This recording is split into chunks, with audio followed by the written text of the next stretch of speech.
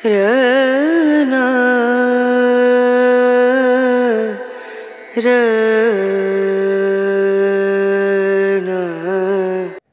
नमस्कार दोस्तों, सही तरीका और सही समय पर किया गया काम हमें हमेशा ही अच्छे और बेहतरीन रिज़ल्ट देती है। तो अब समय बहुत ही सही आ गया है। 15 सितंबर के आसपास या जब आपके एरिया की डिग्री जो टेम्परेचर होते हैं वो 30 डिग्री के आसपास तापमान हो जाए, तब हमें विंटर फ्लावरिंग प्लांट्स के बीजों को लगा देना चाहिए, यानी कि सीड सोइंग कर देनी चाहिए।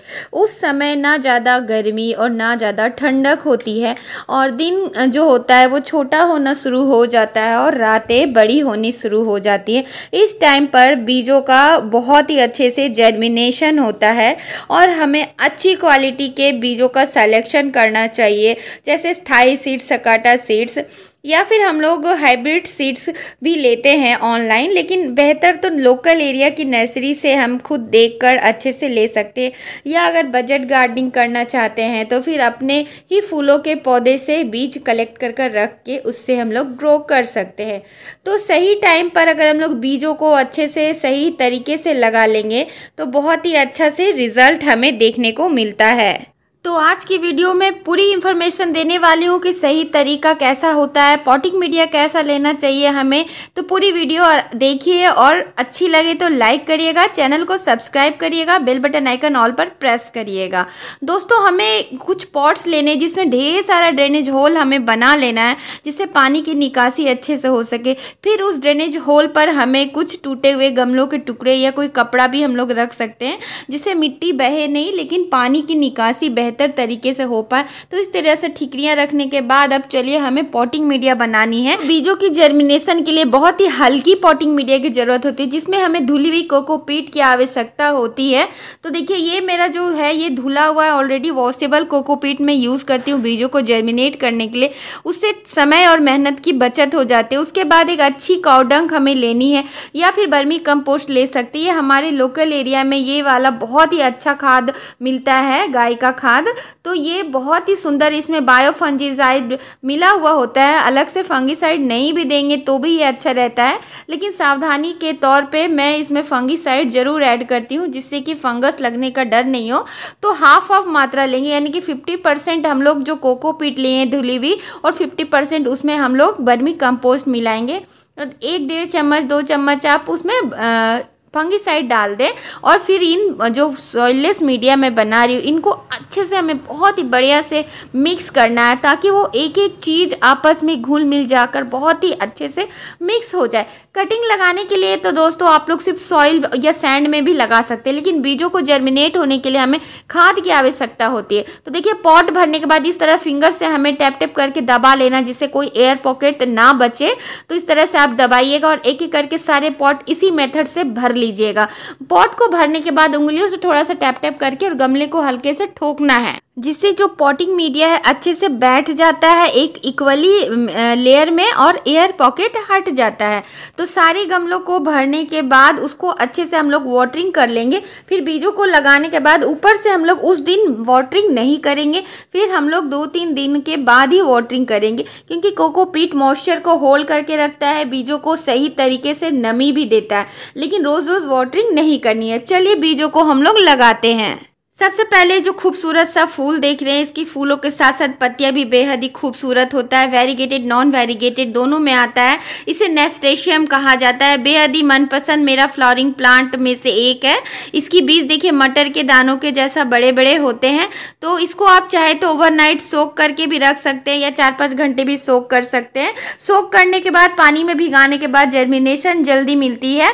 तो इस तरह से एक एक दानों को बिछा लेना है, उचित दूरी पर बिछाना है, बहुत ही पास करके नहीं डालना है। मिट्टी में हल्का सा प्रेस करेंगे। ध्यान रखें कि बीज जितना बड़ा है उसी साइज के अकॉर्डिंग हमें उसको मिट्टी के नीचे दबाना है, बहुत ज्यादा अंदर नहीं दबाना है। तब जाके जर्मिनेशन हमें अच्छी मिलती है। नेक्स्ट एक कैलेंडुला का फ्लावरिंग प्लांट आप लोग देख रहे हैं। इसके भी फूल देसी और हाइब्रिड कई रंगों में आता है, बहुत ही खूबसूरत होता है और बीजों से बहुत ही आसानी से ये जर्मिनेट हो जाता है। अभी सही टाइम है हमें इन फूलों के पौधों को जर्मिनेट कर लेने की। इसके बीज हल्के सौंफ के जैसा दिखता है, तो जिस बीज का साइज जितना होता है उसे उतना ही मिट्टी के अंदर दबाना चाहिए, यानी कि जितना छोटा बीज उसे उतना ही मिट्टी के ऊपर रखना है। तो इस तरह से हल्के हल्के मैंने थोड़ी इसकी उचित दूरी पर इसको फूलों को बीजों को बिछा दिया है। अब जो पॉटिंग मीडिया बनाई है उसको अच्छे से उससे कवर कर देना है। बहुत ज़्यादा मोटी लेयर नहीं देना है, बहुत मोटी लेयर से ढक देंगे तो बीजों को जर्मिनेट होने में तकलीफ होगा। तो बस जितना बीज का साइज है बस उसी तरह पतली पतली लेयर से हमें ढकना है। फिर कौन से गमले में कौन सा बीज लगाइए उसकी टैगिंग आप ज़रूर कर दें। मैं तो जो फूलों के कवर में नाम रहता है उसी को लगा देती हूँ। नेक्स्ट हम लोग बर्बीना को ग्रो करेंगे। ये भी बहुत ही खूबसूरत फूल होता है, अत्यंत ही खूबसूरत और हाइब्रिड देसी दोनों में आता है। एक से बढ़कर एक रंग इसमें होते हैं। तो ये भी बीजों से बेहद ही आसानी से ग्रो हो जाता है। 3 दिनों में जर्मिनेशन शुरू हो जाती है और 10 दिन के अंदर आप इसको पॉट में शिफ्ट भी कर सकते हैं। जड़ें बहुत ही बढ़िया से डेवलप हो जाता है, लेकिन किसी बीजों का 15 दिन भी ग्रो होने में टाइम लगता है। लेकिन ये सारे जो छोटे बीज होते हैं वो उतना ही जल्दी ग्रो होता है और जितना बड़ा बीज होता है उसको उतना ज़्यादा टाइम लगता है। तो इस तरह से देखिए इसके बीज को भी जीरे के जैसा होता है, मिट्टी में मैंने बिखेर दिए। उचित दूरी का ध्यान रखिएगा, बहुत ज़्यादा पास पास नहीं करना है। और जो पॉटिंग मीडिया हम लोग पॉट में भरे हैं कोकोपीट और वर्मी कंपोस्ट के मिक्सचर वाली, उसी से एक लेयर पतली सी हमें ढक देनी है। इस तरह से हाथों से एक लेयर एक समान हमें बिछा देना है ताकि कहीं ज़्यादा मोटा और कहीं पतला नहीं हो। ध्यान से देखिएगा, जिस तरह मैं कर रही हूँ आप लोगों ने भी उसी तरह करना है। और कोई बीज खुला रह गया है तो उसको ऊपर से फिर से ढक दीजिए और टैगिंग जरूर करिएगा। नेक्स्ट ये एस्टर का खूबसूरत फ्लावरिंग प्लांट देखने, ये भी बेहद ही खूबसूरत मनमोहक फूलों का पौधा होता है। इसके फूल अत्यंत ही ज़्यादा पसंद लगते हैं मुझे। तो ये भी बीजों से बहुत ही अच्छे से जर्मिनेट हो जाता है। देखिए इस तरह से इसके बीजों के पैकेट में बीज निकलता है और इसके एक एक फूल में ना बहुत सारा बीज बनता है। तो आप चाहें तो उसको सेव करके भी रख सकते हैं और बजट गार्डनिंग करना चाहते हैं तो। लेकिन घर के बीजों से जो फूलों का साइज़ है वो थोड़ा छोटा आता है, लेकिन आता है रिजल्ट बहुत ही बढ़िया। और अगर आप नर्सरी से जो हर साल नया बीज लेंगे तो वो हाइब्रिड क्वालिटी का और फूलों का साइज़ बड़ा बड़ा होता है, क्योंकि उसे लैब में बहुत ही अच्छा से क्रॉस पॉलिनेशन करके बनाया जाता है। इस तरह से बीजों को बिखेरने के बाद सभी में इसी तरह से बीजों को लगाना चाहिए। आगे मैं बताऊंगी कि जब जर्मिनेट हो जाता है तो फिर उन सैपलिंग्स को किस तरह से, सीडलिंग्स को हमें केयर करनी है। तो बस इस तरह से देखिए जैसे दूसरे कर रही थी मैं उसी तरह ढक दी हूँ। नेक्स्ट ये साल्विया का खूबसूरत फूलों का पौधा देख रहे हैं, इसे साल्विया कहा जाता है। ये ड्वार्फ वैरायटी है, टॉल वैरायटी भी होता है जो उतना खूबसूरत नहीं लगता है, लेकिन ये बहुत ही ज़्यादा खूबसूरत। इसके अलग अलग रंगों देखिए, यहाँ पे बहुत सारे कलर्स के मैंने ये सारे बीजों से ही ग्रो करी है। जितना भी आप देख रहे हैं ना सभी मैंने बीजों से ही ग्रो करी है। घर में ग्रो करने से ना बहुत ही ज़्यादा एक तो आपको क्वांटिटी मिलती है पौधों की। अगर एक आधा पौधा आप लगाना चाहते हैं तो फिर बीजों से जर्मिनेट नहीं करना चाहिए, हमें सैपलिंग लाकर ही ऐड करनी चाहिए। लेकिन जिसको बहुत ज़्यादा लगाना है तो वो लगा सकते हैं। तो इस तरह से बीजों को सावधानी पूर्वक हमें काटना है जिससे बीजों को नुकसान नहीं हो। और इस तरह से जो पैकेट में नेमिंग होता है उसको मैं टैगिंग के लिए यूज़ कर लेती हूँ। इस तरह से आप भी कर सकते हैं। वैसे जो बिगनर्स होता है तो उनको पहचानने में दिक्कत होता है कि कौन से गमले में किस फूल का बीज लगा हुआ है, और जो एक्सपीरियंस हो जाता है वो बिना टैग के भी पहचान लेते हैं। तो बहुत ही बढ़िया पैकेट में इसके सीड्स आते हैं देखिए इस तरह से। तो सीड्स की क्वालिटी अच्छा होना बहुत ही ज़रूरी है। अगर आप कितना भी सही प्रोसेस लगा लें और कितना ही सही टाइम पर लगा लें, बीज अगर अच्छा नहीं है तो वो जर्मिनेट नहीं करता है। फिर हम लोग दुखी हो जाते हैं, डीमोटिवेट हो जाते हैं। तो इसीलिए एक अच्छे साइट से, अच्छे दुकान से हमें नर्सरी से ज़रूर बीज को अच्छी क्वालिटी की लेनी चाहिए। तो बीजों को बिखेरने के बाद बस हल्की सी लेयर से हमें ढकना है। बीज भी बिखेरने का एक तरीका है, एक जगह पास पास नहीं होना चाहिए, उचित दूरी पर रखना चाहिए। नेक्स्ट ये देख रहे हैं स्वीट एलाइसम इसे कहा जाता है, भीनी भीनी खुशबू भी आती है। बहुत ही खूबसूरत ये पौधा होता है फूलों का। छोटे छोटे गमले या हैंगिंग बास्केट के लिए बहुत ही सुंदर है और बहुत सारे कलर्स ऑप्शन होते हैं, white, purple, pink, dark purple, light pink, magenta इत्यादि। और इसमें भीनी भीनी खुशबू भी आती है। ये one of the most favourite plant है मेरा। तो इसके भी बीज काफ़ी ज़्यादा छोटे होते हैं। तो जिनके बीज जितने ज़्यादा छोटे होते हैं ना उसको उतना ही कम, मतलब मिट्टी की ऊपरी लेयर पे ज़्यादा रखनी चाहिए, ज़्यादा नीचे नहीं दबाना है या उसके ऊपर ज़्यादा लेयर हमें नहीं चढ़ानी है। इस बात का ध्यान रखिएगा दोस्तों। तो इस तरह से इन बीजों को लगाना बहुत ही आसान है। बीज लगाने के बाद हमें 3 दिन एलाइसा में जर्मिनेशन में हो लगती है, तीसरे दिन ही उग जाता है। नेक्स्ट ये जो देख रहे हैं काफ़ी खूबसूरत फूल, फ्लॉक्स कहते हैं ये फ्लॉक्स पहले बहुत ही उगाया जाता था और अभी लोग इस तरह के स्टार फ्लॉक्स को ज़्यादा से ज़्यादा इसे ग्रो करना चाहते हैं। और ये सारे जो आप देख रहे हैं ना, सभी मैं बीज से ही लास्ट ईयर ग्रो करी हुई हूँ और ये बहुत ही खूबसूरत ग्रो होता है और ये फ्लॉक्स बहुत ही सुंदर से ग्रो होता है। अलग अलग कलर भी इसका आता है। देखिए ये एक ही पौधे में इतना सारा ब्लूमिंग आपको देखने को मिलती है, तो ये भी बहुत खूबसूरत है। स्टार फ्लॉक्स ज़रूर उगाइएगा, ये मेरा पर्सनल रिकमेंडेशन है आप लोगों के लिए, क्योंकि ये बहुत हार्डी होता है और गर्मी भी बर्दाश्त करता है। ऐसा नहीं कि इनिशियल स्टेज विंटर के ही ये खिलेगा, ये लास्ट विंटर तक ये खिलता है, यानी स्प्रिंग टाइम में तो ये बहुत ज़्यादा ब्लूम करता है। तो इस तरह से इसकी मिट्टी में इसके बीजों को भी मैं बिखेर देती हूँ। और बीजों से ग्रो करते हैं ना जब, तुम बहुत ज़्यादा बल्क में आपको पौधा मिलता है और आपके पास जगह नहीं रहती है, पॉट नहीं बचता है ग्रो करने के लिए। इसीलिए बीजों से ग्रो करना मुझे बेहद ही ज़्यादा पसंद है, क्योंकि मैं बहुत ज़्यादा पौधे उगाना पसंद करती हूँ। दोस्तों फ्लॉक्स के बीज को ग्रो करने के लिए उसे डार्कनेस की आवश्यकता होती है, तो इस तरह से आप उसे ढक दीजिएगा और 3 दिन के बाद उसको पन्नी को हटा दीजिएगा, क्योंकि जब तक अंधेरा नहीं मिलेगा वो जर्मिनेट नहीं होगा। नेक्स्ट बीजों को ग्रो करने के लिए मैं पॉट फिल कर लेती हूँ बचे हुए पॉटिंग मीडिया से, क्योंकि वो जो पॉट था मेरा ख़त्म हो गया था।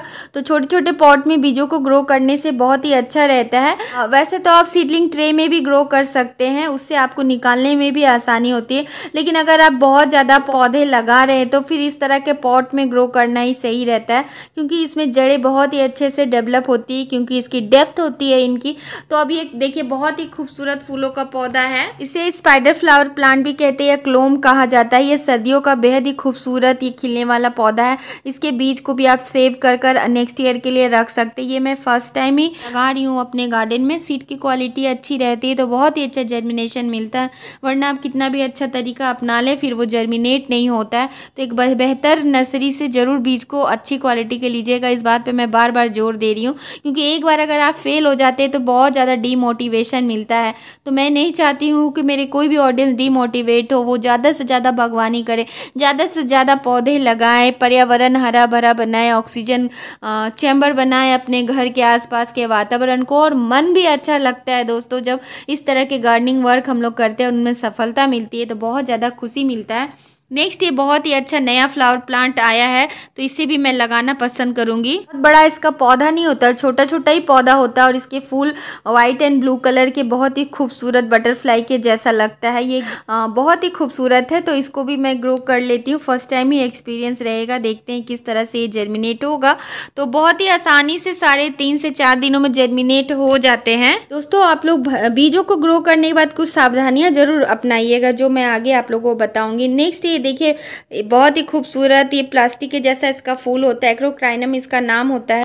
पेपर डेजी से ये थोड़ा सा अलग होता है। इसके बीच में जो येलो येलो पार्ट है ना, वो पेपर डेजी में नहीं होता है। इसके बीच में जो येलो पार्ट है वो इसको और भी ज़्यादा खूबसूरत बनाता है। लेकिन इसके पौधे को पानी की नीड बहुत ज़्यादा होती है, तो इसको बहुत ज़्यादा वेल ड्रेन सॉइल में हमें नहीं लगाना चाहिए। इसको बहुत ज़्यादा पानी चाहिए होता है। इसका बीज भी देखिए बहुत ही हल्का होता है, तो इसके बीजों की जर्मिनेशन बहुत ही अच्छे से मिलती है। बहुत आराम से ये बीजों से जर्मिनेट हो जाता है। इसको मैं पहले भी ग्रो कर चुकी हूँ, इसीलिए आप लोगों के साथ ये बातें शेयर कर रही हूँ। हालांकि जितने भी पौधे उधर मैं फूलों को दिखाई हूँ सभी मैंने घर पे ही ग्रो करी है लास्ट ईयर, क्योंकि मुझे बीजों से ग्रो करना बहुत ही अच्छा लगता है। एक तो वो मनी सेविंग भी होता है, क्योंकि अब जब बल्क में पौधे लगाते हैं तो उनको बीजों से ग्रो करना ही समझदारी होता है। कभी भी एक साथ हमें सीड को ख़त्म नहीं करना है, कुछ सीड को हमें बचा कर रख लेना है और उनको अच्छी तरह से स्टोर करना है, ताकि अगर फर्स्ट अटेम्प्ट में हमारा ग्रो नहीं हो रहा है, हम फेल हो रहे हैं, तो नेक्स्ट अटेम्प्ट पे हम जरूर ग्रो करेंगे और वो सक्सेस भी हमें मिलेगा दोस्तों। तो चलिए पिटूनिया को भी हम लोग ग्रो कर लेते हैं, जैसे सभी को हमने ग्रो करी। पिटूनिया के भी सीड काफ़ी छोटे छोटे और काला कलर का होता है, तो उनको भी हमें ज़रूर ग्रो कर लेना है, क्योंकि पिटूनिया तो one of the most favourite flowering plant होता है सभी गार्डनर्स की। साथ ही इसको टैग हमें ज़रूर लगा देना है और मिट्टी से बहुत ज़्यादा हमें जो पॉटिंग मीडिया बनाई उसे नहीं ढकना है हमें। नेक्स्ट आप इस समय कॉस्मोस को ज़रूर ग्रो कर सकते हैं। कॉस्मोस भी बेहद ही खूबसूरत फ्लावरिंग प्लांट होता है। विंटर कॉस्मोस है ये, क्योंकि इसके कलर अलग होते हैं। जो पीला और गोल्डन कलर का और रेड कलर का होता है वो समर कॉस्मोस होता है। इसे भी बीजों से ग्रो करना काफ़ी आसान होता है। इसके बीज इस तरह के सौंफ के जैसा होता है और 3 दिनों में ही इसमें जर्मिनेशन हो जाते हैं। हालाँकि इसके बीज काफ़ी बड़े साइज़ के होते हैं, लेकिन ये बहुत ही सॉफ्ट होता है इसका ऊपरी लेयर, इसीलिए बहुत जल्दी ये जर्मिनेट हो जाता है। तो बीजों को अलग अलग करके बिखेर देना है, पास पास नहीं रखना है और फिर मिट्टी से हमें ढक देना है। ये सिंपल सॉइल में ये ग्रो करी है मैंने और सिंपल सॉइल में ही आराम से ग्रो हो गया। देखिए तीसरे दिन की ही ये अपडेट आप लोगों के साथ शेयर कर रही हूँ और बड़ा ही अच्छा से ये जर्मिनेट हुआ है। अब तो इसमें ट्रू लीव्स भी आ गए शिफ्ट करने के लिए, अब ये रेडी है। नेक्स्ट दोस्तों, इस समय आप मैरीगोल्ड यानी गेंदे के बीजों को भी जर्मिनेट कर सकते हैं। मिट्टी में बिखेर कर उसके ऊपर एक मिट्टी की लेयर बिछा दीजिए या जो भी आप पॉटिंग मीडिया पे लगाना चाहते हैं, जो मैं बताई हूँ उस पर भी लगा सकते हैं।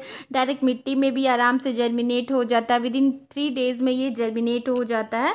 तो बहुत ही आसानी से इसे आप जर्मिनेट कर सकते हैं और आराम से कटिंग से भी इसको इस समय आप ग्रो कर सकते हैं। बहुत ही आसानी से लग जाएगा। इस टाइम पर आप विंटर के लिए मॉर्निंग ग्लोरी को भी ज़रूर ग्रो कर ले, क्योंकि इस टाइम पर ये बहुत ही अच्छे से जर्मिनेट होता है। मॉर्निंग ग्लोरी एक बहुत ही खूबसूरत फूलों का बेल है और बहुत ही सुंदर सुंदर कलर्स में आता है। खास करके ये मजेंटा वाला तो सभी गार्डनर्स का फेवरेट होता है। इसके बीज तो फूलों के पौधे में भर भर कर बनता है, लेकिन अभी बीज नहीं बनता है। फरवरी में इसमें बहुत ज़्यादा बीज बनता है और इस तरह से वो जर्मिनेट होता है। नेक्स्ट आप स्वीट पी को भी जर्मिनेट कर सकते हैं और ये भी मैं इसके फूलों, ये भी बेल वाला ही पौधा है और इसके फूलों में खुशबू होती है और पर्सनली मुझे बहुत ज़्यादा पसंद है इसकी खुशबू। लेकिन इसके बीज पूरे मटर के जैसे होते हैं और पौधा भी पूरा मटर के जैसा ही होता है। नेक्स्ट हम लोग लार्कस्पुर को भी ग्रो कर सकते हैं। ये भी बहुत ही अच्छा छोटे छोटे पॉट में ग्रो होने वाला बहुत ही खूबसूरत कलर्स में अवेलेबल होता है लार्कस्पुर। तो इसको भी आप इस तरह से जर्मिनेट कर सकते हैं जैसे सभी फूलों के बीजों को हम लोग जर्मिनेट करते हैं। बहुत ही खूबसूरत लगता है। लेकिन इसको जब आप शिफ्ट करिएगा तो एक पॉट में आप 3 से 4 ग्रो करिएगा। नेक्स्ट दोस्तों देखिए 3 से 4 दिन में बहुत ही अच्छा रिजल्ट हमें देखने को मिलता है, लेकिन हमें ध्यान रखना है पानी बहुत ज़ोर से हमें नहीं देना है जिससे बीज दब जाते हैं और जो नया पौध निकल कर आता है सीडलिंग्स वो ख़राब हो जाता है। पानी बहुत सोच समझ कर हमें देना है और स्प्रेयर से ही हमें पानी देना। अगर स्प्रेयर आपके पास नहीं है, घर में आटा छानने का छाननी है, तो उसी छाननी के ऊपर हम लोग पानी देंगे और धीरे धीरे झरने के जैसा वो पानी गिरेगा। और 7 दिन के बाद देखिए पौधों के साथ साथ घास फूस भी उग जाता है, तो उनको भी टाइम टू टाइम निकालते रहिए, नहीं तो सारा न्यूट्रिशन ये घास फूस ले लेगा। तो ऐसे ही आप लोग इसकी केयर करिए। बीजों को जर्मिनेट होने के बाद उसे धूप में निकाल दीजिए। बीजों को डायरेक्ट बारिश के पानी में मत रखिएगा और उसे सुबह की जहां 2 घंटे की धूप मिले वहीं रखिएगा। 3 दिन के बाद उसे आप आधे दिन की धूप में रखिएगा। इस तरह धीरे धीरे उसे शिफ्ट करते जाइएगा। तो इस प्रकार खूबसूरत विंटर गार्डन की तैयारियों पे लग जाइए, खूबसूरत फूलों के पौधे उगाइए। कैसी लगी वीडियो आज की? जरा भी पसंद आई तो एक लाइक करिएगा, मुझे मोटिवेट करने के लिए प्यारा सा कमेंट करिएगा, चैनल से जुड़ने के लिए सब्सक्राइब करें, बेल बटन आइकन ऑल पर सेट करें ताकि आने वाली हर इंफॉर्मेटिव वीडियो आप सभी तक पहुँचे सबसे पहले। इसी के साथ आप लोगों से विदा लेती हूँ। बाय दोस्तों, टेक केयर, हैप्पी गार्डनिंग।